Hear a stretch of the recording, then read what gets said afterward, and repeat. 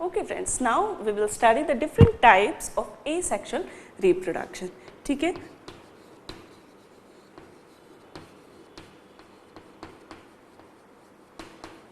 asexual reproduction के कितने type हैं.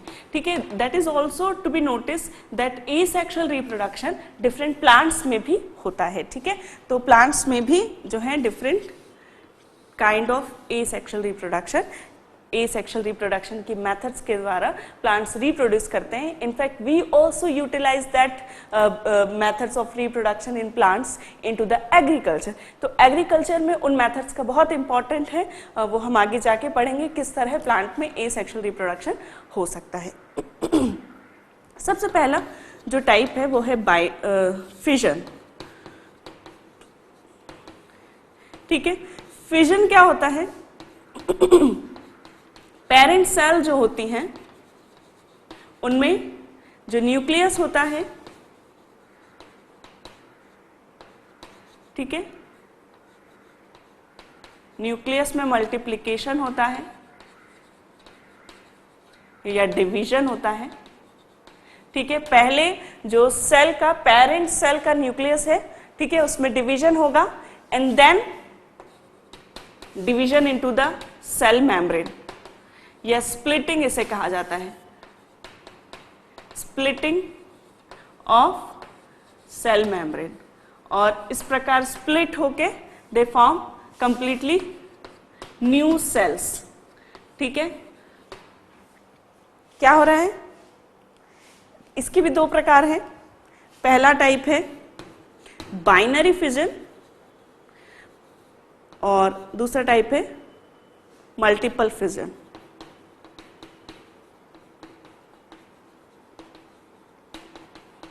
ठीक है, तो क्या हो रहा है फिजन में? फिजन में it's just a splitting of parent cell and then by splitting it is forming the new organism. लेकिन स्प्लिटिंग से पहले जरूरी है कि जो न्यूक्लियस है, जो डीएनए है, उसकी कॉपिंग हो सके. तो फॉर कॉपिंग क्या होता है कि पहले न्यूक्लियस की डिवीजन होता है, कॉपी होती है, और जब ये न्यूक्लियस कॉपी हो जाता है तो फिर जो सेल मेम्ब्रेन है वो स्प्लिट हो जाती है और फिर कंप्लीटली टू न्यू ऑर्गेनिज्म वो फॉर्म कर देती है. ठीक है, तो ये माइटोसिस या एमाइटोसिस के द्वारा हो सकती है प्रोसेस फिजन की.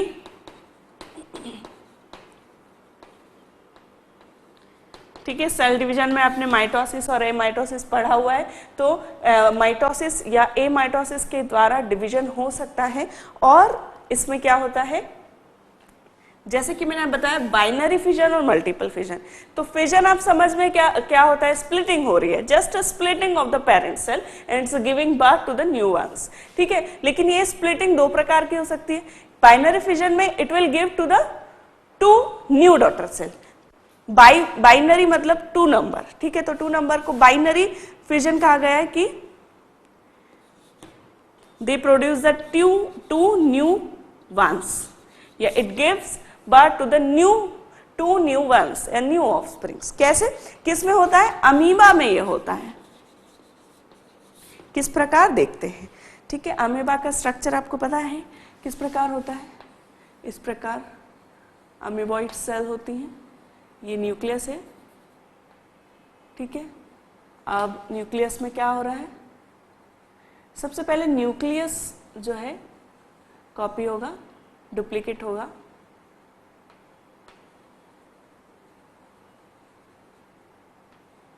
ये कॉपिंग हो रही है. ठीक है, सेल डिवीजन आपने पढ़ा है कि किस प्रकार सेल डिवाइड होती है.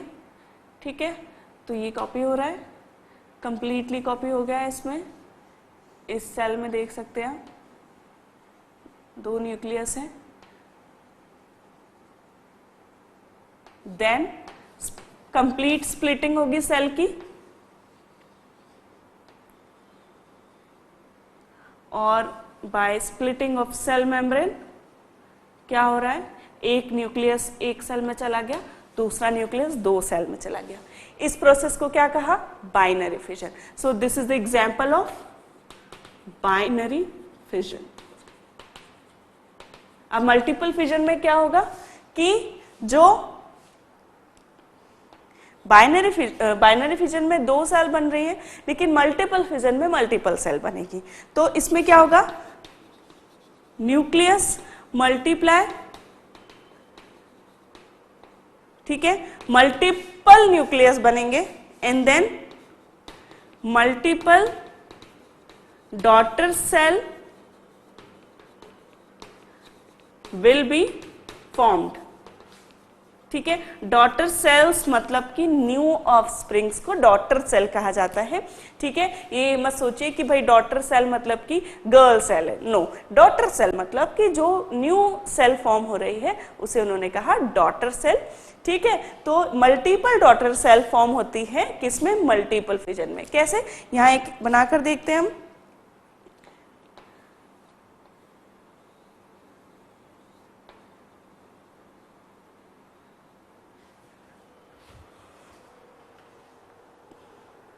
ठीक है, तो जो प्लाज्मोडियम होता है, एक प्रोटोजोआ है प्लाज्मोडियम, और उसमें जो है ये होता है, एग्जाम्पल के लिए प्रोटोजोआ लिख लें हम। इसमें किस प्रकार हो रहा है, देखिए, सबसे पहले डिवीजन जो हो रहा है, मल्टीपल क्या बन रहे हैं, न्यूक्लियाई बन रहे हैं, like this.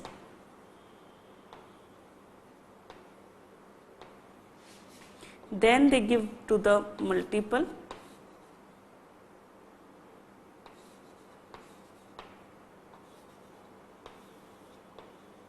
they give birth to the multiple cells, multiple daughter cells,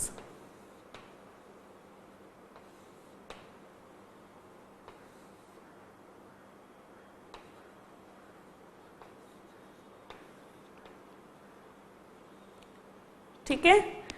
तो आपको बता दूं, प्लाज्मोडियम जो है ये मलेरिया का वेक्टर होता है, प्लाज्मोडियम प्रोटोजोआ, और ये हमारी आरबीसीज में रहता है, और आरबीसीज में इसी तरीके से ये मल्टीप्लाई होता रहता है। और जब यदि मलेरिया का इन्फेक्शन होता है ड्यू टू दिस प्रोटोजोआ, तो क्या होता है, ये प्रोटोजोआ मलेरिया फीवर प्रोड्यूस करता है, और इस तरीके से हमारी आरबीसीज में रह के और आरबीसीज को डिस्ट्रॉय करता है तेजी से, क्योंकि ये आरबीसीज में ही रहता है और आरबीसीज में ही ये इस प्रकार से रिप्रोड्यूस करता है, ठीक। तो ये जो है प्रोटोजोआ में एसेक्सुअल मेथड है रिप्रोडक्शन की, और क्या होता है, मल्टीपल फिजन्स के द्वारा प्रोटोजोआ में ये इस प्रकार से रिप्रोडक्शन होता है। तो बाइनरी फिजन और मल्टीपल फिजन मेरे हिसाब से आपको क्लियर हो गया होगा क्या होता है, ठीक। अब हम पढ़ेंगे द सेकेंड मेथड,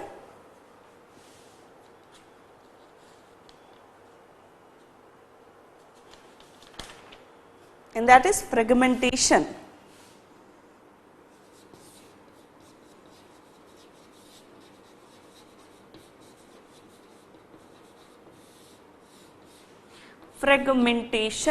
फ्रेगमेंटेशन जो है, इस मेथड में क्या होता है कि जो पेरेंट सेल है या पेरेंट ऑर्गेनिज्म जो है वो क्या करेगा, broken down in multiple fragments,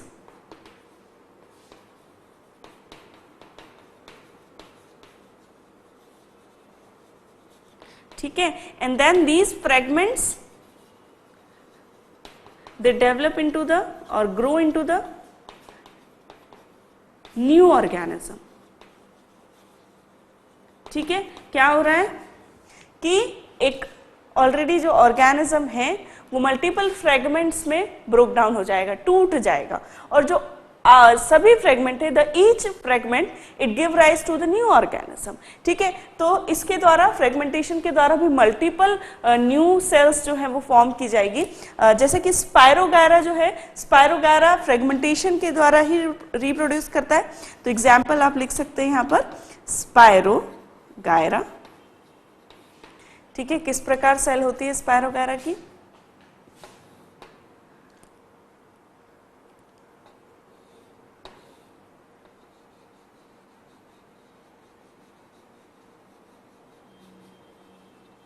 ठीक है। तो इस प्रकार से क्या होगा कि डिफरेंट फ्रेगमेंट्स में टूट जाएगा, and then each fragment will grow, will regenerate into the whole new organism, ठीक है। तो इस प्रकार फ्रेगमेंटेशन मतलब क्या है कि सबसे पहले फ्रेगमेंट्स बनेंगे and then they will regenerate into the new organism, ठीक है। अच्छा, इसका एक और एग्जाम्पल है स्टारफिश। स्टारफिश में जो है रीजनरेशन की बहुत ही अद्भुत पावर होती है स्टारफिश में, और वो भी फ्रेगमेंटेशन के द्वारा रीजनरेट कर सकती है। हालांकि इकाइनोडर्म्स जो फाइलम है, एक वेल डेवलप्ड फॉर्म जो होता है एनिमल्स का, वो रहता है स्टारफिश में। और स्टारफिश जो है किसके द्वारा, फ्रेगमेंटेशन के द्वारा जो है क्या करती है, रिप्रोडक्शन करती है। एक एग्जाम्पल यहाँ पे बना के देखें तो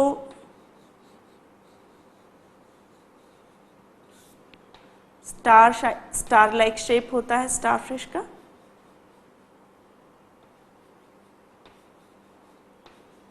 ठीक है। तो इस प्रकार से फ्रेगमेंट्स में यदि ये टूट जाती है, ठीक है, इस प्रकार से, तो जो ये सेगमेंट होगा it will regenerate into the complete new organism, ठीक। तो इस प्रकार से किस में होता है, स्टारफिश में, किसके द्वारा, फ्रेगमेंटेशन के द्वारा। और स्पायरोगायरा में, ठीक है, तो स्पायरोगायरा में भी इस प्रकार से रिप्रोडक्शन होता है, ठीक। तो ये प्रोसेस हमने देखी किसकी, फ्रेगमेंटेशन की। द नेक्स्ट इज रीजनरेशन, ठीक है। तो नेक्स्ट प्रोसेस है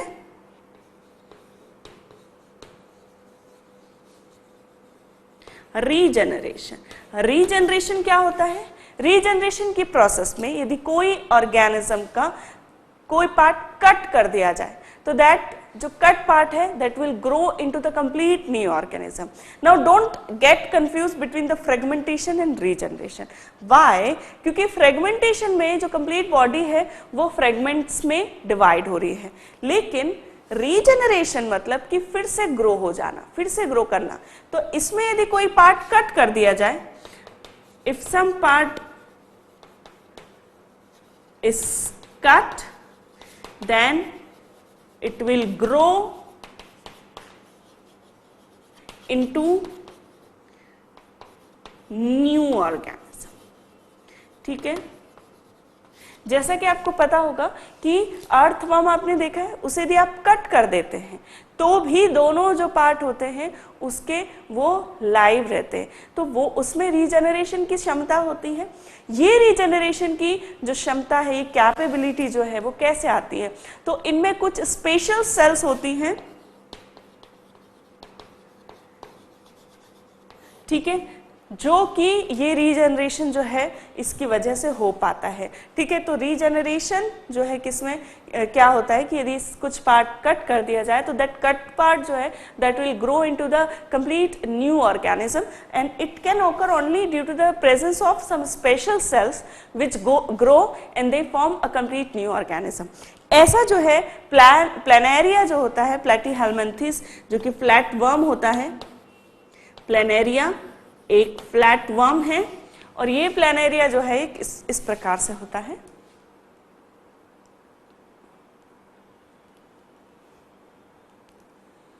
ठीक है, इस प्रकार से, ठीक है। यदि इसका इस प्रकार से कट कर दिया जाए, और कहा जाता है कि यदि प्लेनेरिया को 100 पार्ट्स में भी यदि कट कर दिया जाए तो that 100 cut part will grow into the complete new planaria flat worm. So इस प्रकार ये जो कट पार्ट है उसमें क्या होगा,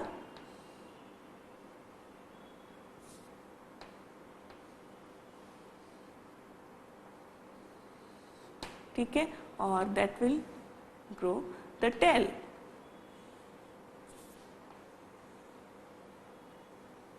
ठीक है।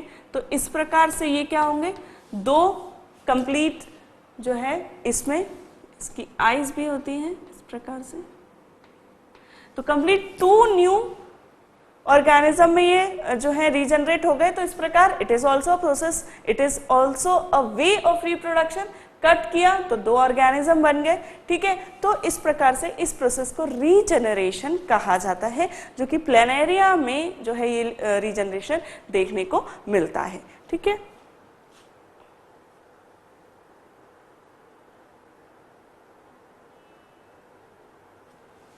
Okay, now in next session we will see the budding process of regeneration.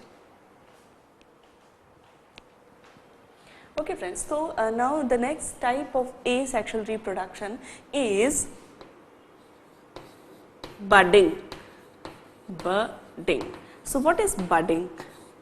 Budding में जो ऑर्गेनिज्म है पेरेंट ऑर्गेनिज्म में से एक आउटग्रोथ निकलती है and that outgrowth is called as bud, ठीक है, and that bud will develop into the completely new organism and then it detach from the parent cell, then it is called the process budding, ठीक है. So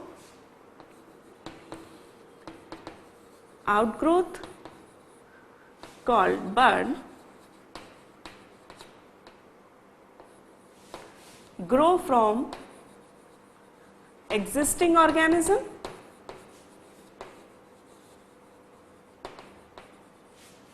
then detach and grow in new organism, ठीक है. तो क्या होगा कि ठीक है एक जो एग्जिस्टिंग ऑर्गेनिज्म है उसमें से एक आउटग्रोथ निकलेगी and that outgrowth will develop into a new organism and then it get detach from the parent organism, ठीक है. ऐसा जो प्रोसेस है हाइड्रा में देखा जाता है. एक एग्जाम्पल है इसका हाइड्रा. साथ ही यीस्ट जो कि एक फंगाई है और यीस्ट के साथ कोरल जो कि एक एनिमल है, कोरल रीफ एनिमल किंगडम में आता है, ठीक है. तो हाइड्रा, यीस्ट और कोरल इनमें बडिंग के द्वारा रीजनरेशन या रिप्रोडक्शन जो है वो होता है. हाइड्रा में हम देखते हैं किस प्रकार से होता है.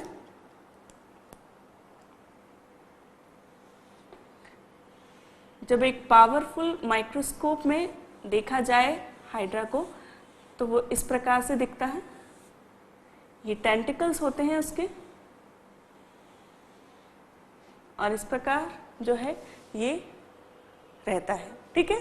अब इसमें से क्या होता है, एक आउटग्रोथ निकलती है, ये कहलाएगी बड. अब ये आउटग्रोथ जो है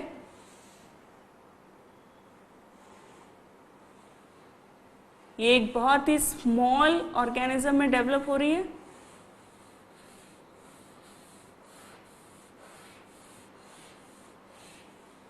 ठीक है, ये आप देख रहे हैं बड न्यू वंस में डेवलप हो रही है और फिर क्या होता है ये बड डिटैच हो जाती है हाइड्रा में, ठीक है. कुछ ऑर्गेनिजम्स ऐसे रहते हैं जिनमें कि ये जो बडिंग के द्वारा रिप्रोडक्शन होता है उसमें ये बर्ड्स जो है अटैच रहती हैं, जैसे कि कोरल में क्या होता है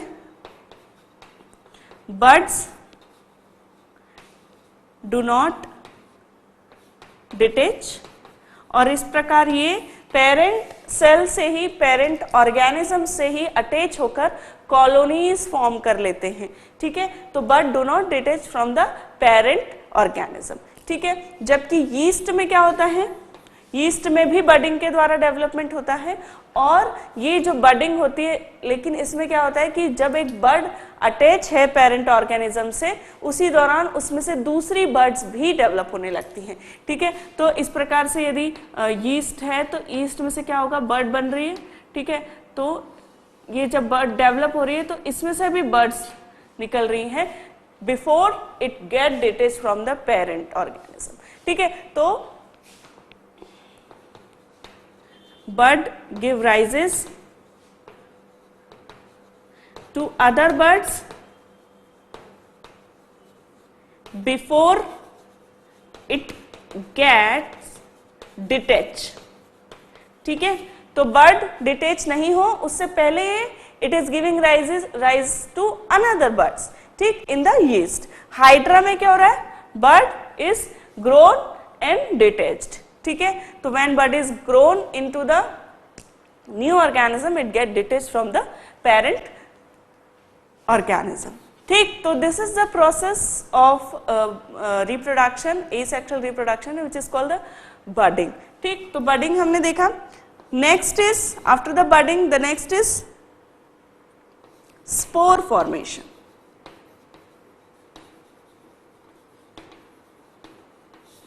अब ये स्पोर फॉर्मेशन क्या होता है, ठीक है। तो अच्छा, ये जो प्रोसेस हमने देखी यीस्ट का, इसमें एक एक्सपेरिमेंट है जिसमें कि यीस्ट जब ग्रो कर रहा है तो उसको यदि आप माइक्रोस्कोप में देखेंगे तो यू विल सी कि बर्ड्स, एक बर्ड से भी वेरियस बर्ड्स जो है वो बन रही हैं before it get detach from the its parent cell, parent organism. अब स्पोर फॉर्मेशन में क्या होता है? स्पोर फॉर्मेशन में जो रिप्रोडक्शन है वो स्पोर्स के द्वारा होता है। अब ये स्पोर्स क्या है? तो it is similar to the, ये जो रिप्रोडक्शन की प्रोसेस है it is similar to the fission, fission के समान ही प्रोसेस है, लेकिन इसमें क्या होता है कि जो सेल हैं, जो पेरेंट ऑर्गेनिज्म हैं, इट इज फॉर्मिंग स्पोर्स। ये रिप्रोडक्शन के द्वारा मल्टीपल जो है डिवीजन के द्वारा, जैसे कि फिजन में क्या हो रहा था, मल्टीपल फिजन की ही तरह ये प्रोसेस है। मल्टीपल फिजन में क्या हो रहा था कि सेल जो है it give rises to multiple daughter cell, जबकि स्पोर फॉर्मेशन में क्या होता है कि जो पेरेंट ऑर्गेनिज्म है इट फॉर्म्स मल्टीपल स्पोर्स, ठीक है, मल्टीपल स्पोर्स फॉर्म करता है। और ये स्पोर्स क्या होते हैं? तो स्पोर्स जो होते हैं आर रिप्रोडक्टिव बॉडीज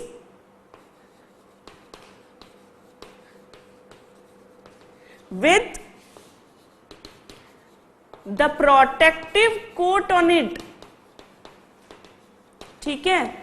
इसकी स्पेशलिटी है प्रोटेक्टिव कोट। क्या होता है कि ये जो स्पोर्स हैं एक्चुअली रिप्रोडक्टिव बॉडी होते हैं, ठीक है, या फिर हम इसको कह सकते हैं कि ये जो स्पोर्स होते हैं it give it grow into the new organism, ठीक है। स्पोर्स जो होते हैं एक प्रकार की एग सेल कह ले, और दिस जो सेल्स हैं they will form the new organism, लेकिन they are not completely grown, ठीक है। तो स्पोर्स जो होते हैं, इस ये पेरेंट्स ऑर्गेनिज्म जो होता है ये मल्टीपल स्पोर्स फॉर्म करते हैं, और ये जो स्पोर्स हैं ये प्रोटेक्टिव कोट इनके ऊपर होता है, ठीक है। जब ये स्पोर्स और प्रोटेक्टिव कोट क्या करता है, इट प्रोटेक्ट देम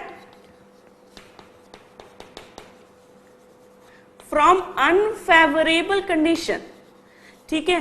तो इनकी जो अनफेवरेबल कंडीशन है उनसे इन्हें ये प्रोटेक्ट करता है कोट, ठीक है। फॉर एग्जाम्पल एक ले लें हम कि भाई यदि एसिडिक एनवायरनमेंट है बाहर, ठीक है, तो ये जो स्पोर्स हैं ये क्या होंगे, ये स्पोर्स का जो कोट है ये इनकी जो है उसे प्रोटेक्ट करेगा और ये डिस्ट्रॉय नहीं होने देगा, ठीक है। तो स्पोर्स के ऊपर एक प्रोटेक्टिव कोट आता है जो कि इन्हें अनफेवरेबल कंडीशंस में क्या करता है, प्रोटेक्ट करके रखता है, ठीक है। और जब ये स्पोर्स को when they get favourable condition, तो ये क्या होते हैं, they grow into the new organism,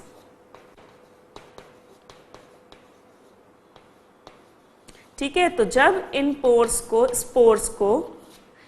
spores को फेवरेबल कंडीशंस मिलती हैं तो ये एक कंप्लीट न्यू ऑर्गेनिज्म फॉर्म कर लेते हैं। इसका एक बहुत अच्छा एग्जाम्पल बुक्स में दिया है और वो है राइजोपस फंगाई या ब्रेड मोल्ड, इसे कॉमनली कहा जाता है, ठीक है। यदि आप ब्रेड को वार्म और मॉइस्ट प्लेस पर यदि रख दे, ठीक है, 1-2 दिन के लिए, तो उस पर आपको एक फंगाई दिखने लगती है, ठीक है। एक जो है ग्रीन ब्रेड पे ग्रीन कोटिंग हमें दिखने लगती है। वो कोटिंग क्या है, वो ब्रेड मोल्ड है, वो एक प्रकार की फंगाई है जिसका नाम है राइजोपस फंगाई। और ये जो राइजोपस होती है, फंगाई जो होती है, इसके स्पोर्स जो हैं, ठीक है, इसके स्पोर्स एनवायरनमेंट में रहते हैं, और जब ये स्पोर्स एक फेवरेबल कंडीशन पर से ब्रेड जब इन्हें मिली, ठीक है, जो कि मॉइस्ट है और वार्म कंडीशन है, स्पेशली आप देखेंगे कि जब बहुत ह्यूमिड वेदर होता है उस वेदर में बहुत जल्दी खाना खराब हो जाता है। इसका कारण यही है कि ये जो ऑर्गेनिजम्स होते हैं जो कि खराब कर देते हैं फूड को, ये वार्म और मॉइस्ट कंडीशन में ही ग्रो कर पाते हैं। तो क्या होता है कि ये स्पोर्स, इन्हें जब फेवरेबल कंडीशन मिलती है, जैसे कि ब्रेड, ठीक है, जो कि एक वार्म और मॉइस्ट प्लेस पे रखी गई हो, तो ये क्या करते हैं, उस पे ग्रो करने लगती है। और ये स्पोर्स जैसे ही इन्हें ब्रेड मिलती है, ठीक है, और ये उस पर ग्रो करने लगते हैं। तो इसका अब देखते हैं ब्रेड पर यदि इन्हें देखा जाए, ठीक है, यदि इसे इलेक्ट्रॉन माइक्रोस्कोप में देखा जाए तो ये किस प्रकार से हमें दिखते हैं।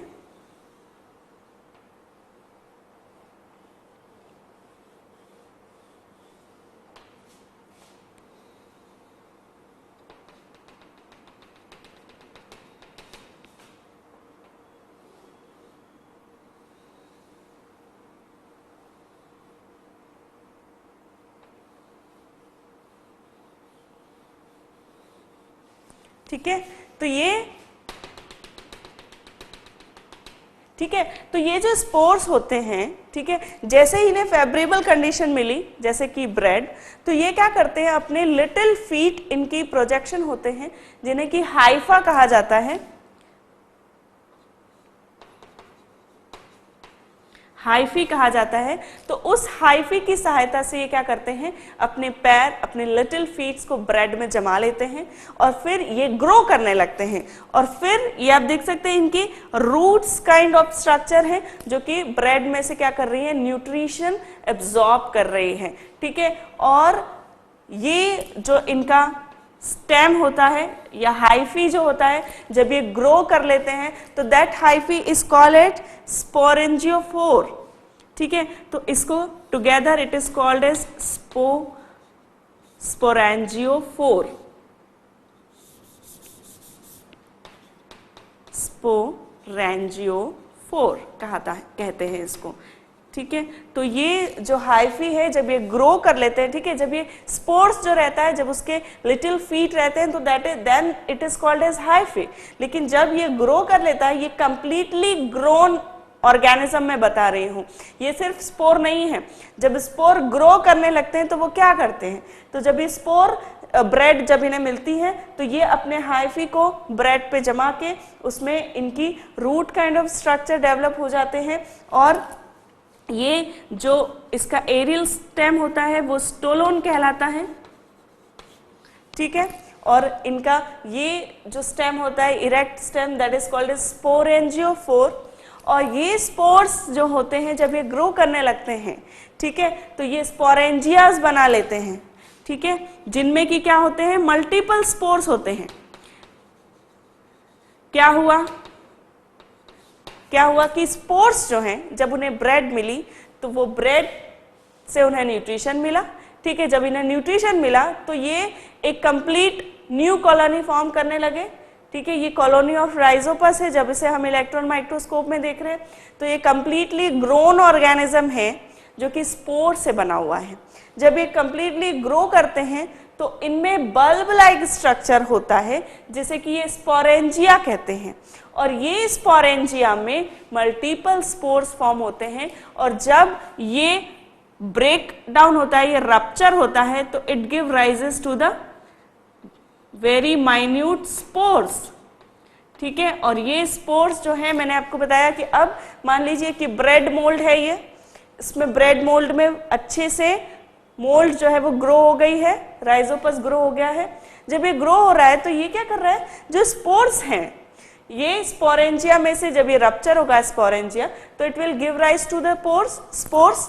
तो ये जो स्पोर्स हैं अब ये एनवायरनमेंट में हमेशा रहते हैं मौजूद, and when these spores they find another bread then they will grow on it, ठीक। तो ये समझ में आया किस प्रकार से स्पोर फॉर्मेशन होता है, ठीक है। तो स्पोर फॉर्मेशन के द्वारा राइजोपस में हमने देखा किस प्रकार एसेक्सुअल रिप्रोडक्शन होता है, ठीक, फाइन। तो स्पोर फॉर्मेशन से जो रिप्रोडक्शन है वो किस में होता है, फंगाई में। राइजोपस एक प्रकार की फंगाई है और they grow through the method of spore formation. साथ ही फंगाई के अलावा कुछ बैक्टीरियाज भी स्पोर फॉर्मेशन करते हैं, ठीक है। एंड फर्न एंड मॉसेस जो कि नॉन फ्लावरिंग प्लांट्स होते हैं, ठीक है। फर्न एंड मॉसेस जो है नॉन फ्लावरिंग प्लांट है और इन प्लांट्स में भी स्पोर फॉर्मेशन के द्वारा ही रिप्रोडक्शन जो है वो होता है, ठीक है। तो हमने एसेक्सुअल रिप्रोडक्शन में देखा फिजन, ठीक है, fragmentation, regeneration, budding and spore formation. अब हम देखेंगे द नेक्स्ट मेथड जो कि है वेजिटेटिव प्रोपोगेशन, जो कि प्लांट की एसेक्सुअल रिप्रोडक्शन की मेथड है।